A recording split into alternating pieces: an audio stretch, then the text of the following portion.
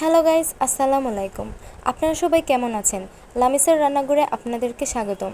আজকে আমরা নিয়ে আসলাম বাই মাছ বুনা রেসিপি। প্রথমেই আমরা কড়াইয়ে দিয়ে দিব একটু সাদা তেল। ওই তেলে দিয়ে দিলাম পেঁয়াজ বাটা, একটু নাড়ব। তারপর দিয়ে দিব রসুন বাটা এবং আদা বাটা।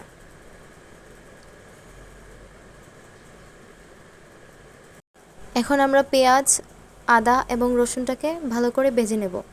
তারপর দিয়ে দিব অল্প একটু হলুদ গুঁড়ো।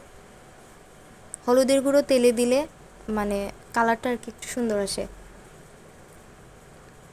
এখন দিয়ে দিব মরিচ গুঁড়ো এবং ধনিয়া গুঁড়া আর জিরা গুঁড়া।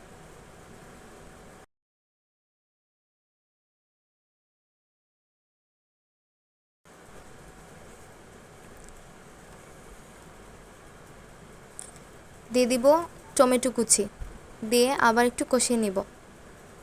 দিয়ে দিব কাঁচামরিচ ফালি করে, আবার একটু কষিয়ে নিব। তারপরে ভালো করে কষিয়ে নিয়ে দিয়ে দিব একটু লবণ। লবণ দিয়ে আর একটু কষিয়ে নেব।